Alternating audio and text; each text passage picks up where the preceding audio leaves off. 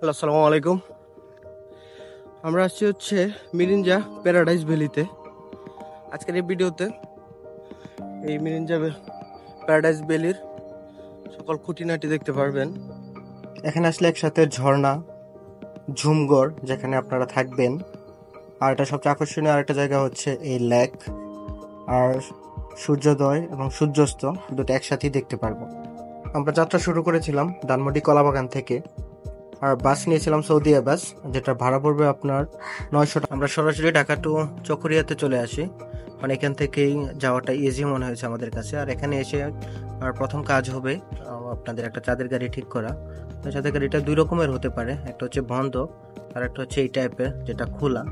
শীতের সময় অবশ্যই একটু ঠান্ডা লাগতে পারে খোলাটাই। আর এই চাঁদের গাড়ি দিয়ে আপনার সরাসরি চকরিয়া থেকে মিরিঞ্জা প্যারাডাইস ভ্যালিতে চলে যেতে পারবেন, সেটা বললেই হবে। আর এটার ভাড়া পড়বে আপনার 1000 থেকে 1100 টাকা, আর যদি লোকালি যান তাহলে 80 টাকা করে পড়বে জন প্রতি। আমরা সরাসরি এরপর মিরিঞ্জা বাজারে চলে আসছি। এখানে এসে আমরা আমাদের সকলে নাস্তাটা সেরে নিছি।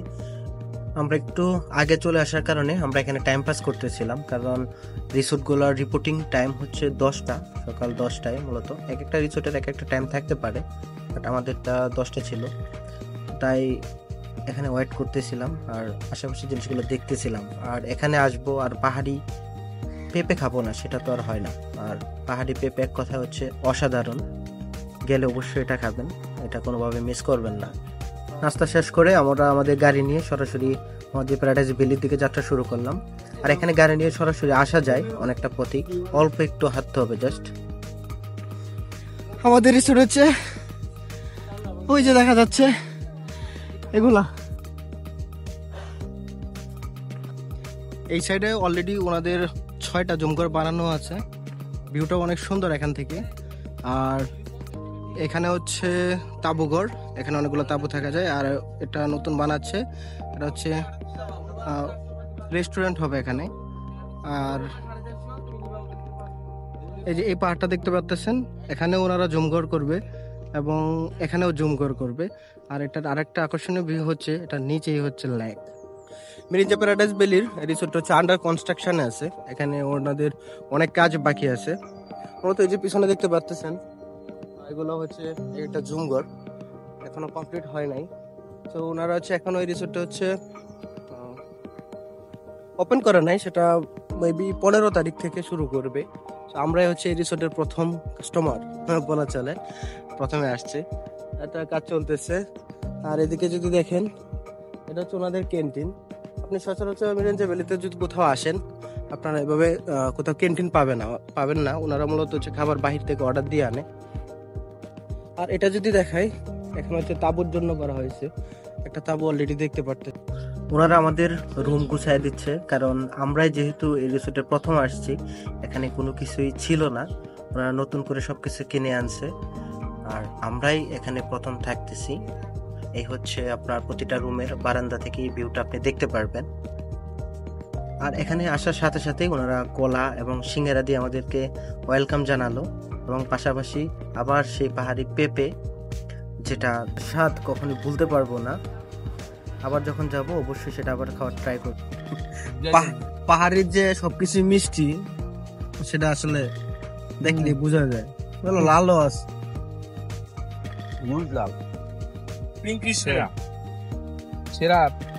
এখানে একটা পাহাড়ের উপর 6টা জমঘর আছে, এখানে সবগুলো মূলত কমপ্লিট এই 6টার মধ্যে, অন্য দিক দিয়ে কাজ চলতেছে। আর এখানে মোটামুটি একটা জমঘর থেকে আর একটা জমঘরের দূরত্ব মোটামুটি ভালোই, যেটা আমার কাছে সবচেয়ে বেশি পছন্দ হয়েছে। চলেন আপনাদের একটা ঘর দেখাই যেখানে আপনারা থাকবেন এসে। এটা একটু ছোট, কারণ হচ্ছে এটা মূলত কাপলদের জন্য বানানো। এটা যদি আপনার ভিতর দিকে দেখাই, এটা এখনো কাজ শেষ হয় নাই, এদিক দিয়ে ওনারা হচ্ছে গ্লাস ফিট করবেন। আর এটা বারান্দার দিক দিয়েও যদি দেখাই, প্রত্যেকটা জুমঘরেরই আলাদা আলাদা ভিউ আছে, যেহেতু এই ভ্যালির চতুর্দিকে পাহাড়, আপনারা প্রত্যেক সাইড থেকেই পাহাড়ের ভিউটা পাবেন। আমরা এখন যাইতেছি হচ্ছে ঝর্ণাতে, আর ঝর্ণাটা হচ্ছে এই রিসোর্টের আন্ডারেই।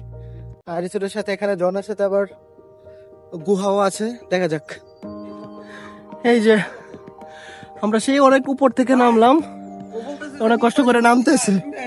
আমরা যাবো হচ্ছে যেটা ভিতরে, যদিও গুহার মতো, আর ঝর্ণা নাকি এটার ভিতরে।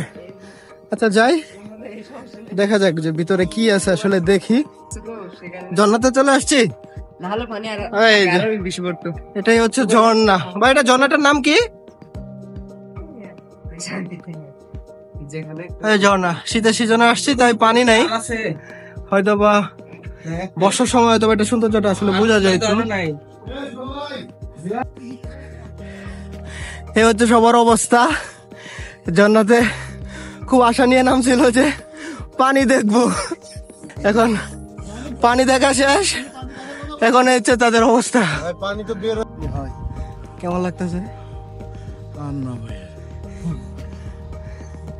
আসল কথা হচ্ছে যাদের এনার্জি একটু কম, যাদের চলাফেরার তো অভ্যাস নেই হাঁটা চলার, তাদের না যাওয়াই উচিত নিচে। কারণ হঠাৎ করে নিচে নেমে আবার উপরে উঠতে গেলে অনেকের একটু প্রবলেম হইতে পারে। সো সেটাই মাথায় রাখবেন। পাহাড়ে আসলে একটা চিন্তা থাকে যে ভালো ওয়াশরুম থাকবে কিনা, বাট এই ভ্যালিতে আপনি এই চিন্তাটা করতে হবে না, কারণ এখানে আছে হাইকমোড লংকমোড দুইটাই পাবেন।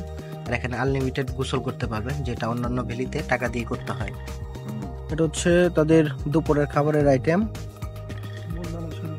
এটা হচ্ছে গরুর মাংস, এটা কি হচ্ছে বেগুন, এটা সম্ভবত ডাল, না ডাল না, ভর্তা টাইপ কিছু হবে, আর এটা হচ্ছে ডাল। এখানে ওদের রিসোর্টের সাথে হচ্ছে 3 বেলা খাবার ইনক্লুড থাকে। এখানে নিয়ম হচ্ছে মেবি 800 করে টাকা নেই, দুপুর, রাত এবং হচ্ছে সকালের জন্য। রাতের জার্নি এবং দিনে ঝর্ণাতে গিয়ে শরীরের অবস্থা অনেকটা খারাপ হয়ে যায়, যার কারণে বিকেলে তেমন কিছু করতে পারিনি, সবাই ঘুমিয়ে গেছিলাম। ঘুম থেকে উঠে তারা তাদের খেলায় মগ্ন। আর রাতের মেনুতে ওনারা রুটি, সালাদ এবং একটা করে রোস্ট দিয়েছিল। সকালে ঘুম থেকে উঠেই যেখানে তাঁবু রাখার জায়গা, আমরা সেখানে চলে গিয়েছিলাম, কারণ এখান থেকেই সুন্দর করে সূর্যোদয়টা দেখা যাবে সেই চিন্তা করেই এখানে গেছি। আর এখান থেকে সর্বোচ্চ ভিউটা দেখা যায়, আর দেখতেই পাচ্ছেন এখান থেকে সুন্দর করে সূর্যোদয়টা দেখতে পারবেন। আবার এখান থেকে আপনারা সূর্যাস্তটাও দেখতে পারবেন। আর কোথাও এভাবে দেখা যায় কিনা পাহাড়ে আমার ধারণা নেই অবশ্য। এখন হচ্ছে ভোর 6টা বাজে, আর সকালের যে মনোরম পরিবেশ এখানের, সেটা যদি নিজ চোখে না দেখেন সেটা বলে বোঝানো যাবে না।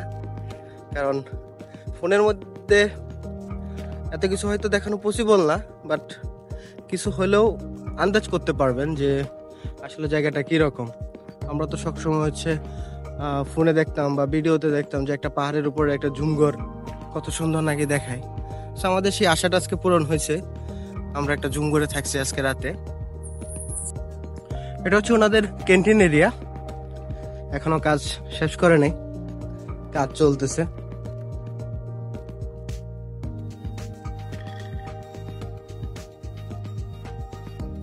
ওদের প্রত্যেকটা জায়গা থেকে প্রত্যেকটা জায়গার ভিউ এক এক রকম। আপনার যদি এখানে আসেন হয়তো আর কোথাও যাইতে হবে না, এক এক সময় যদি এক এক জায়গায় বসে আড্ডা দেন সেটাই ভুলতে পারবেন না। এই প্যারাডাইস ভ্যালির আরেকটা জায়গা আছে নিজস্ব, যেটা ওনারা হেলিপ্যাড করার জন্য রেখে দিছে। আমরা ওইখানেই যাইতেছিলাম, কারণ এটা পাহাড়ের সর্বোচ্চ চূড়া। আর এখানে যাওয়ার পথেই আমরা কিছু লজ্জাপতি গাছের দেখা পেয়েছিলাম, যেটা হয়তো আমি অনেক বছর পর সেটা দেখেছি।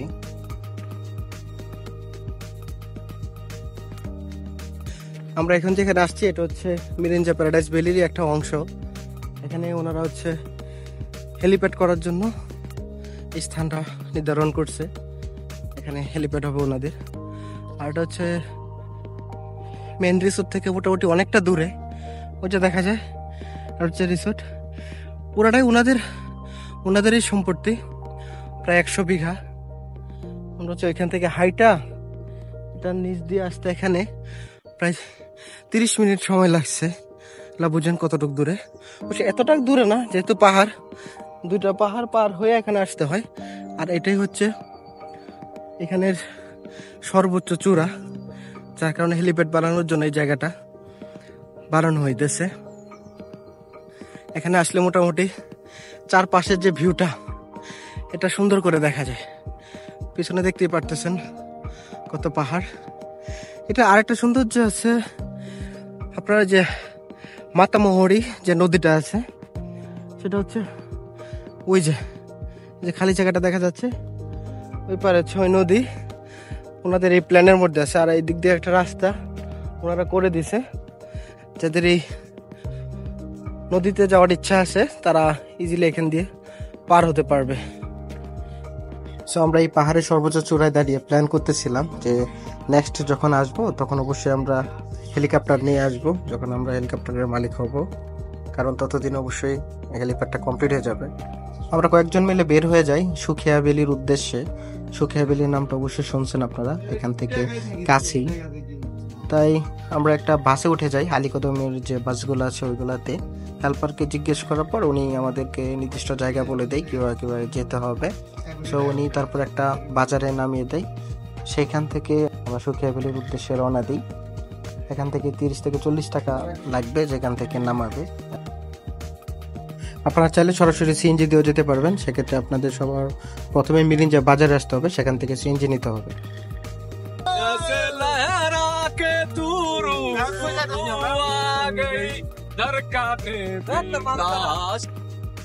সুখিয়া ভ্যালির রাস্তা এখান থেকে শুরু। এখানে সুখিয়া ভ্যালিতে দুইভাবে যাওয়া যায়, হেঁটে যেতে পারবেন অথবা আপনারা চাইলে বাইকে যেতে পারবেন।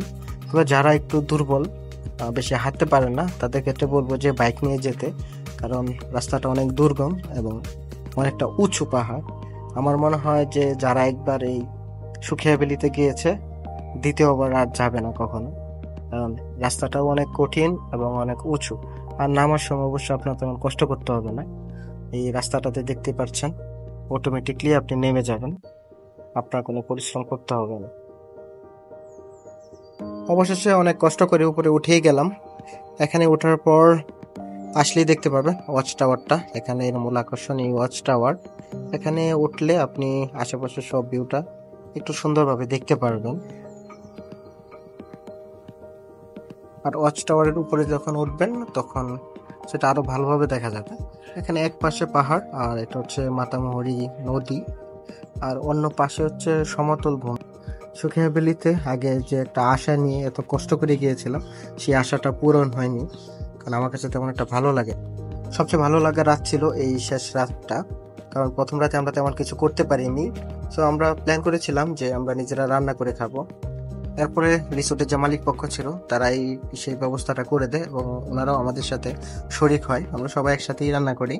সো এখানে 3টা দিন আমরা এরকম ভাবে কাটিয়েছি যে আমার নিজেদের কখনই মনে হয়নি আমরা এই রিসোর্টের গেস্ট। আমাদের সবসময় মনে হয়েছে আমরাই মালিক, কারণ আমরা যখন যা চেয়েছি ওনারা তাই দিয়েছে। ওদের রান্নার মূল কারিগরি হচ্ছে উনি, ও না থাকলে অবশ্য এইটা সফল হতো না কখনোই, কারণ ওই হচ্ছে সবচেয়ে ভালো রাতে। আর আমাদের বাকি সদস্যরা তো অন্য দিক দিয়ে মনের আনন্দে গান গাচ্ছিল।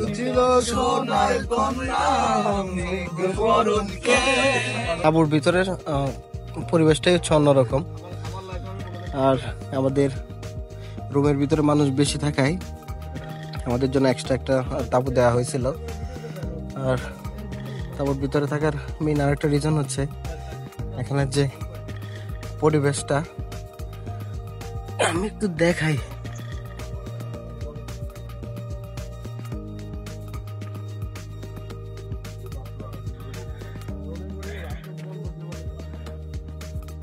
এটা বারান্দাতে, তো ক্যামেরাতে হয়তো এরকম ধরতেছে না। আপনারা চাইলে এরকম তাঁবু নিতে পারেন যারা হচ্ছে রুমে থাকবেন। এটা হচ্ছে 2 জনের জন্য এই তাঁবুটা। এই মিরিঞ্জা প্যারাডাইস ভ্যালির আরেকটা আকর্ষণীয় জায়গা হচ্ছে এখানে আপনার একটা লেক পাবেন, যেটা হচ্ছে ওনারা নিজেরাই তৈরি করছে। এটা আমার মনে হয় না আর কোথাও পাবেন যে, তবে এটাও নামতে গেলে এটাও ছোটখাটো 2টা পাহাড়ের মধ্যেখানে অবস্থিত, এবং এটা এখানে নামার জন্য ওনারা সিঁড়ি বানিয়ে দিছে। এখানে একটা ভেলাও আছে, তো চাইলে ভেলা দিয়েও ঘুরতে পারবেন। এই প্যারাডাইস ভ্যালিতে আপনি যখনই আসবেন আগে থেকে বুকিং করে আসবেন, কারণ খালি নাও পেতে পারেন। আর এখানে প্রত্যেকটা জুমঘরের জন্য আপনার এক রাতের জন্য দিতে হবে 2000 থেকে 2500 টাকা।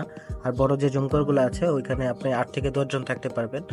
আর যারা তাঁবুতে থাকতে চান তারাও ইজিলি থাকতে পারবেন, কারণ তাদের জন্য আলাদা ব্যবস্থা আছে। আবারও সেই পাহাড়ি পেঁপে যেটা খাওয়ার মাধ্যমে আমরা আমাদের ট্যুরটা এখানে শেষ করতেছি। মানে এটা আমাদের এতই ভালো লাগছিল যে না খেয়ে পারলাম না। কারণ এটা যখন রিসোর্টে আপনারা ঢুকবেন মেন রাস্তাতেই এই দোকানটা পাবেন। পেঁপেগুলো অনেক ভালো, ট্রাই করে দেখতে পারেন অবশ্য।